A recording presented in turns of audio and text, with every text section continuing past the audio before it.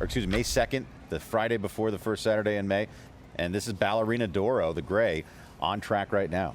Yeah, she looks really nice. Just going for a nice gallop. Yeah, hopefully she that last race in the Gazelle where she lugged in a little bit, and then she only won by a nose. Hopefully she doesn't try to do that in the Kentucky Oaks. Yeah, she's a pretty filly. Very. She really is. Like this is what I would call a classic-looking filly. A little longer neck. She obviously physically looks like she wants to run 2 turns, and you know, we've seen a lot of stoutly made horses like American Promise, Journalism.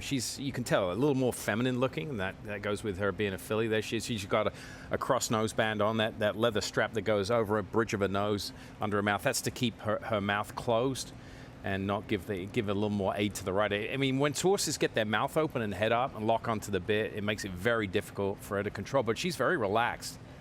Yeah, she really. And isn't that funny, the difference in horses? Burnham Square was almost hitting the dirt with his nose. His neck was bowed so much, and she's holding her head high, but in a good way. You know what I mean? She's just very, very balanced, not ring. She's actually about to gallop right past us here on the first turn here, but I think she looks really nice. She worked a half mile 3 days ago in 48 flat. So again, we're just getting some gallops here as it's a maintenance move to try and, you know, keep her fresh and ready to roll for the Oaks, which is at this point just 3 days away. Yeah, and fillies are a little different to colts. You can't crank them as much as colts. They don't take, you know, more often than not. I mean, this is not, I mean, some fillies you can train on, but as a general rule, they're a little more, I would say, you know, lighter. They don't carry as much condition. They're more, it's harder for them to kind of eat up after a very hard work. So the main thing with fillies is trying to keep weight and